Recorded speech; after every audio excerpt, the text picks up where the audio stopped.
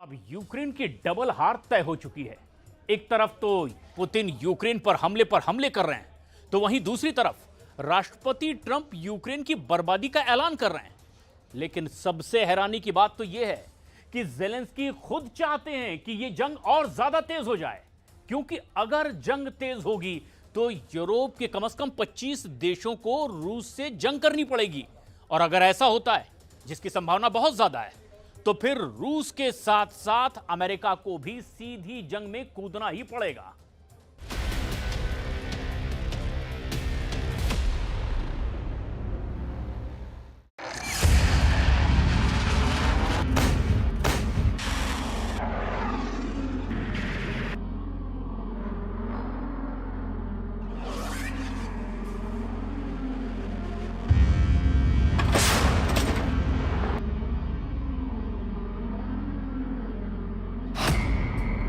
अब यूक्रेन की डबल मौत, मार रहे हैं पुतिन, दौड़ा रहे हैं ट्रंप। चौथे साल में रूस यूक्रेन जंग बेहद विनाशक हो गई है। राष्ट्रपति जेलेंस्की 20 जनवरी 2025 से हाथ पैर मार रहे हैं कि किसी तरह से अमेरिका यूरोप के साथ मिलकर पुतिन के रूस को सबक सिखा दे। लेकिन इस वक्त जो हालात चल रहे हैं वो जेलेंस्की के यूक्रेन के लिए डबल मौत साबित हो रहे हैं। हम आपको दिखाने जा रहे हैं कि कैसे रूस की सेना यूक्रेन के लगभग 50% इलाके तक अपनी पहुंच और पकड़ बना चुकी है। हम आपको यह भी दिखाने जा रहे हैं कि राष्ट्रपति ट्रंप ने क्यों जेलेंस्की से 15 घंटे पहले कह दिया है कि यूक्रेन पर बहुत बड़ी मुसीबत आने वाली है। क्या पुतिन ने ट्रंप को पूरे यूक्रेन पर कब्जा का प्लान बता दिया है? क्या इसीलिए राष्ट्रपति जेलेंस्की ने अब राष्ट्रपति ट्रंप को धमकी दी है कि अगर अमेरिका ने पुतिन की हर बात मानी तो फिर अमेरिका और यूक्रेन के बीच होने वाली दुर्लभ खनिज डील रद्द हो सकती है? क्या इसीलिए यूरोप के 25 देशों ने यूक्रेन से दो टूक कह दिया है कि अगर ट्रंप के दबाव में पुतिन के सामने सरेंडर किया तो पूरे यूक्रेन पर कब्जा हो जाएगा? क्या इसीलिए France, Britain, Germany, Poland, Latvia, Estonia और लिथुआनिया ने अपने 72 दिन का वॉर प्लान बना लिया है? 170 घंटे में 1000 ड्रोन से हमले, खून के आंसू रोए जेलेंस्की। यूक्रेन पर पिछले 12 घंटे में हुए खूनी हमलों ने जेलेंस्की की चीखें निकाल दी हैं।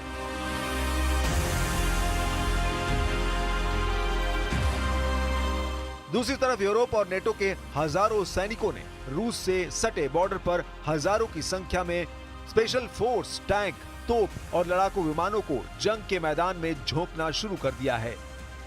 अब तस्वीरों को देखिए और अंदाजा लगाइए कि अगर यूक्रेन के साथ साथ नेटो और यूरोप की सेना रूस पर हमला कर देती है, जिसकी संभावना काफी ज्यादा हो चुकी है, तो फिर युद्ध कितना विनाशक हो जाएगा। लगभग 2000 किलोमीटर में रूसी सेना को नेटो और यूरोप के कम से कम 6 देशों से सीधी जंग करनी पड़ेगी। यही वजह है कि अब रूस ने सीज फायर की आड़ में यूक्रेन के पूर्वी और दक्षिणी इलाकों पर बेइंतहा हमले शुरू कर दिए हैं। खास तौर से खार्किव में तो चिथड़े उड़ाकर रख दिए हैं। यूक्रेनी सैन्य ठिकाने तबाह हो चुके हैं, इमारतें धू धू कर जल रही हैं। जरा देखिए रूस ने 170 घंटे में ही पूर्वी और दक्षिणी यूक्रेन को कैसे भस्म कर डाला है। पुतिन के रूस ने जिस तरह के हमले यूक्रेन पर 170 घंटे या कहें एक हफ्ते से ज्यादा वक्त में किए हैं, उसने राष्ट्रपति ट्रंप और नेटो चीफ मार्क रूटे के होश उड़ा दिए। खुद यूक्रेन के राष्ट्रपति जेलेंस्की ने पुतिन पर भड़कते हुए कहा है कि रूसी सेना पिछले हफ्ते 1000 से ज्यादा ड्रोन यूक्रेनी इलाकों पर दागे हैं। खार्किव क्षेत्र के गवर्नर ओले सिबिहोनोव ने तो ये भी दावा किया है कि रात को पियांस्क शहर पर रूसी मिसाइल हमलों में दर्जनों लोग मारे गए हैं। यहाँ तक कि रूस ने यूक्रेन के कब्रिस्तानों पर भी बम बरसा दिए हैं। वहीं रूसी रक्षा मंत्रालय का दावा है कि उसके एयर डिफेंस सिस्टम ने रात भर में 66 यूक्रेनी ड्रोन नष्ट कर दिए हैं, जिनमें से लगभग सभी को ब्रांस्क और कलुगा क्षेत्रों में गिराया गया। रूसी रक्षा मंत्रालय का यह भी दावा है कि पूर्वी डोनेत्स्क क्षेत्र में ज़पोरिज़िया गांव को आजाद करा लिया गया है। इसके अलावा निप्रोपेट्रोवस्क क्षेत्र पर रूस का पूरी तरह से कंट्रोल हो चुका है। Сьогодні була також окрема і детальна доповідь міністра оборони України Рустема Умєрова зокрема щодо пакетів підтримки від партнерів. Є хороші нові домовленості. Є також розуміння, що вже у квітні має відбутись і нова зустріч в форматі 10 घंटे में ट्रंप के 2 बयान, पुतिन के खौफ में ट्रंप।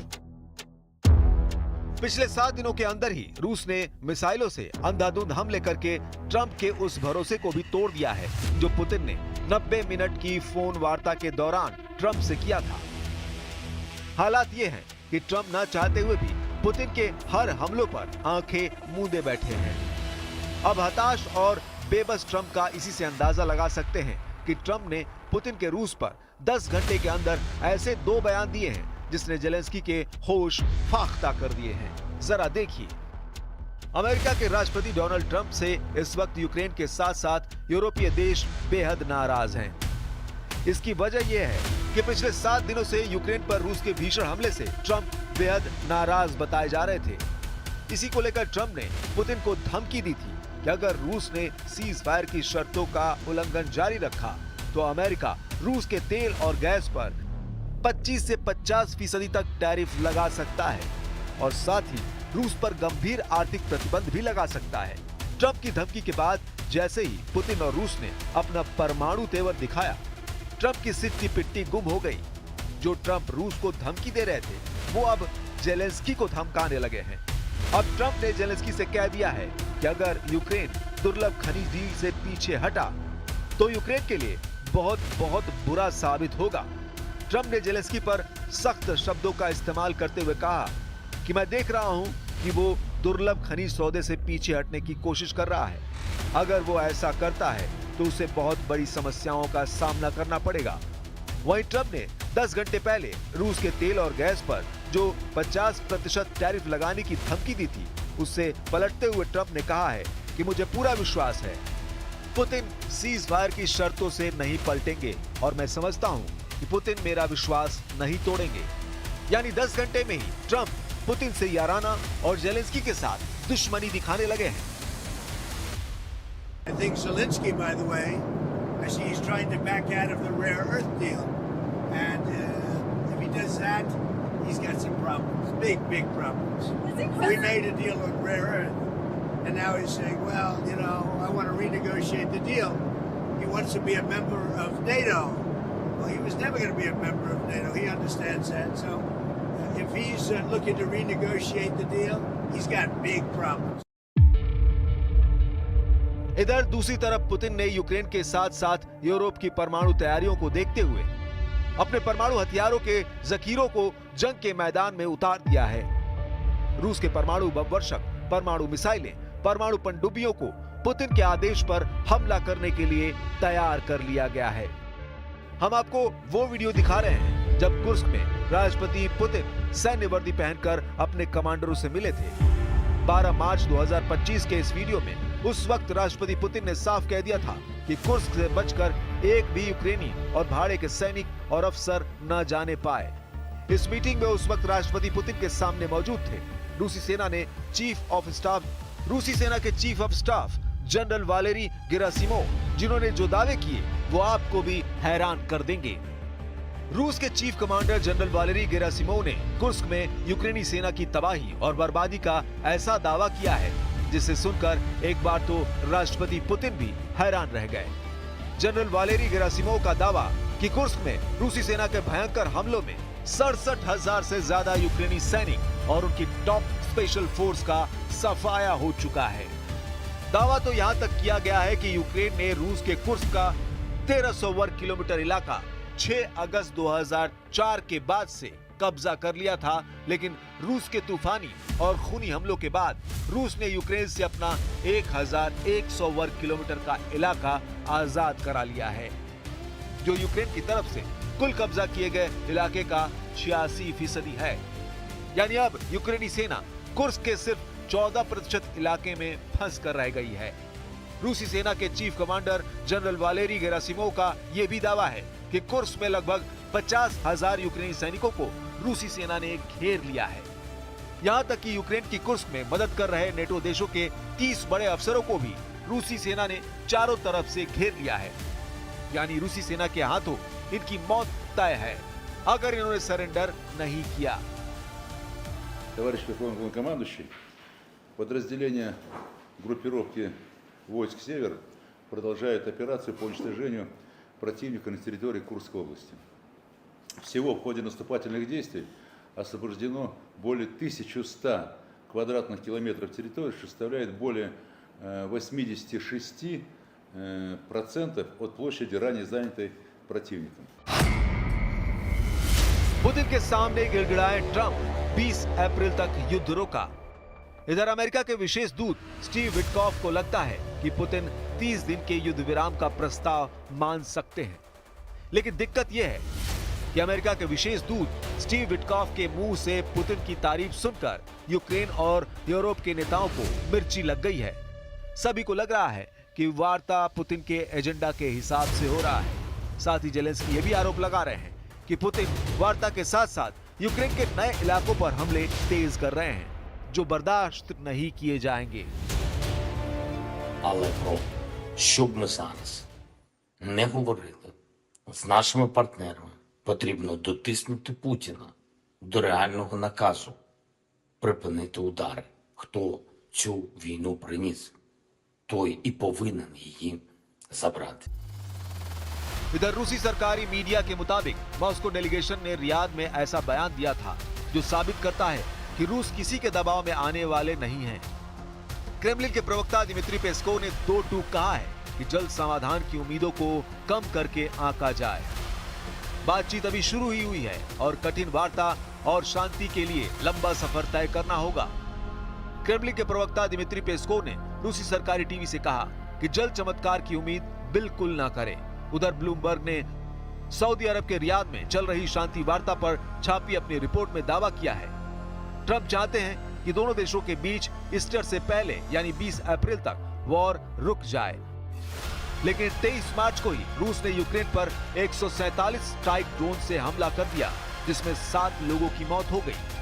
ऐसे में सबसे बड़ा सवाल खड़ा होता है कि ट्रंप किस बिना पर अगले 25 दिन में 4 साल से जारी जंग को रोक देंगे। Зараз, після минулої зустрічі в Саудівській Аравії у Джеді, абсолютно всім світі зрозуміло, що Росія єдина, хто затягує цю війну.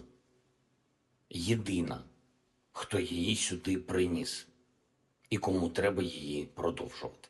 Вже з 11 березня є пропозиція безумовного припинення вогню. І такі удари вже припинились. Але саме Росія продовжує все це. І ще кожної ночі і кожної доби завдає максимально цинічних ударів. Без тиску на Росію вони там і надалі в Москві будуть зневажати справжню дипломатію. अब गिर गया यूक्रेन का सुमय, रूस का गुप्त हमला शुरू।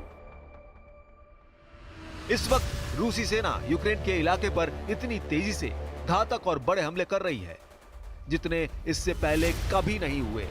रूसी टैंक, तोप, मिसाइलें, आत्मघाती ड्रोन और पैदल सेना ने यूक्रेन के पूर्वी, दक्षिणी और उत्तरी इलाके में भयंकर हमले शुरू कर दिए हैं। हैरानी की बात तो यह है कि ये रूसी हमले उस वक्त हो रहे हैं जब राष्ट्रपति ट्रंप के विशेष दूत स्टीव विटकॉफ राष्ट्रपति पुतिन से मिल चुके हैं। और ट्रंप के विशेष दूत स्टीव विटकॉफ ने दावा किया है कि पुतिन युद्ध रोकने के लिए तैयार है, लेकिन इन दावों के ठीक उलट राष्ट्रपति पुतिन अपनी सेना को ऑर्डर दे चुके हैं कि कुर्स्क के बाद अब यूक्रेन के सूबे पर पूरी तरह से कब्जा कर लो। खुद राष्ट्रपति जेलेंस्की ने खुलासा करते हुए दावा किया है कि पुतिन किसी भी कीमत पर युद्ध नहीं रोकना चाहते हैं और वो यूक्रेन के बहुत बड़े इलाके पर कब्जा करने में जुटे हैं। यूक्रेन के राष्ट्रपति व्लादिमीर जेलेंस्की ने 30 दिन के युद्ध विराम के बीच पुतिन के वॉर प्लान पर ऐसा खुलासा किया है, जिसे जानकर राष्ट्रपति ट्रंप भी सन्न रह गए हैं। जेलेंस्की ने साफ कहा है कि यूक्रेन के पूर्वी सूबे के बड़े इलाके पर कब्जा करने के लिए पुतिन ने लाखों सैनिक भेज दिए हैं। जेलेंस्की ने दावा करते हुए कहा है कि पुतिन युद्ध विराम नहीं बल्कि भीषण युद्ध यूक्रेन के साथ करने जा रहे हैं। कुछ खबरों में यहाँ तक दावा किया गया है कि रूस के 1.5 लाख सैनिक यूक्रेन के सुमी बॉर्डर के पास जमा हो चुके हैं और किसी भी वक्त रूस की पैदल सेना, टैंक और तोप ब्रिगेड यूक्रेन के सुमी पर कब्जा कर सकती है। जेलेंस्की ने यहां तक दावा किया है कि रूसी सेना ने कुर्स्क इलाके में भयंकर तबाही मचाई है और इस वक्त यूक्रेन के हजारों सैनिक बहुत कठिन परिस्थितियों से गुजर रहे हैं। जेलेंस्की ने अमेरिका और यूरोपीय देशों से अपील करते हुए कहा है कि अगर पुतिन को हमला करने से नहीं रोका गया तो फिर 30 दिन के युद्ध विराम पर पानी फिर जाएगा। हालांकि राष्ट्रपति ट्रंप को लगता है कि पुतिन और उनके बीच वार्ता से युद्ध रुक सकता है। अब ऐसे हालात में बिल्कुल साफ है कि पुतिन न तो यूक्रेन पर हमले रोकेंगे, न ही ट्रंप की बातों को मानेंगे। अब देखना होगा कि यूरोपीय देश रूस के खिलाफ कब खुली जंग शुरू करते हैं।